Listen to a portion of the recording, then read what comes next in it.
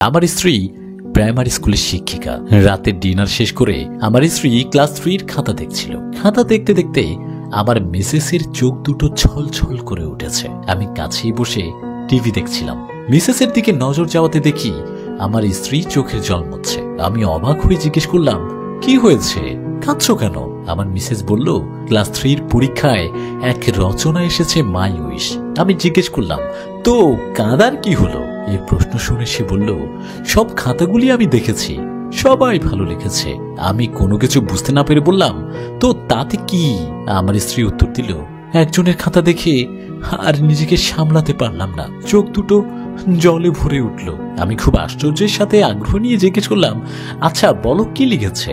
আমার মিসেস রচনা পড়তে শুরু করলো। সে লিখেছে, আমার ইচ্ছা আমি স্মার্টফোন হব।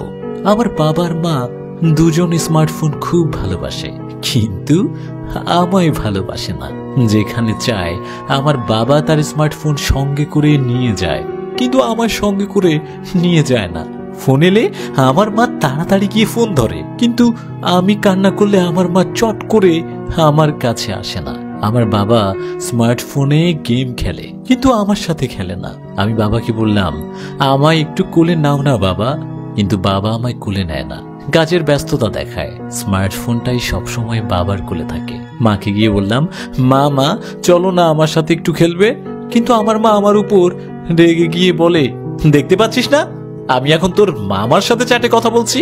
আমার বাবা আর মা রোজ স্মার্টফোনটিকে যত্ন করে গোছাগুছি করে, কিন্তু আমায় একটু আদর করার সময় তারা পায় না।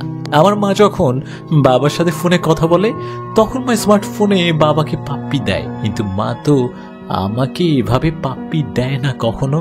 আমার বাবা সব সময় মাথার কাছে তার স্মার্টফোন নিয়ে ঘুমায়, কিন্তু আমায় কোনো দিনও জড়িয়ে ধরে ঘুমায় না। আমার মা প্রতিদিন 4 থেকে 5 বার স্মার্টফোনটিকে চার্জ দেয়, কিন্তু মাঝে মাঝে আমায় খাবার দিতে ভুলে যায় মা, কিন্তু স্মার্টফোনটিকে কখনো চার্জ দিতে ভুলে যায় না। তাই আমি স্মার্টফোন হব। আমার ইচ্ছা আমি স্মার্টফোন হয়ে বাবা মায়ের সাথে সব সময় থাকতে চাই।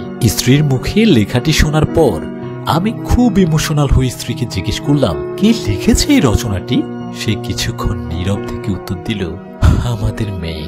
আমি স্তব্ধ হয়ে বসে রইলাম কিছুক্ষণ। অনেক কিছুই ভেবে চলেছি।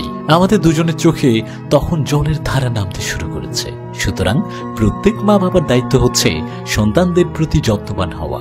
যত ব্যস্ততার মধ্যে থাকুন না কেন, সময় বের করে বাচ্চাদের সময় দিন, তাদের সঙ্গে থাকুন। সন্তানকে দোষ দেওয়ার আগে একবার নিজেকে প্রশ্ন করুন, আপনি তাকে কতটা সময় দিচ্ছেন, তার সাথে বন্ধুর মতো মিশেছেন। সন্তানকে এই সময় দিন। আপনার সন্তান আপনার ভবিষ্যৎ।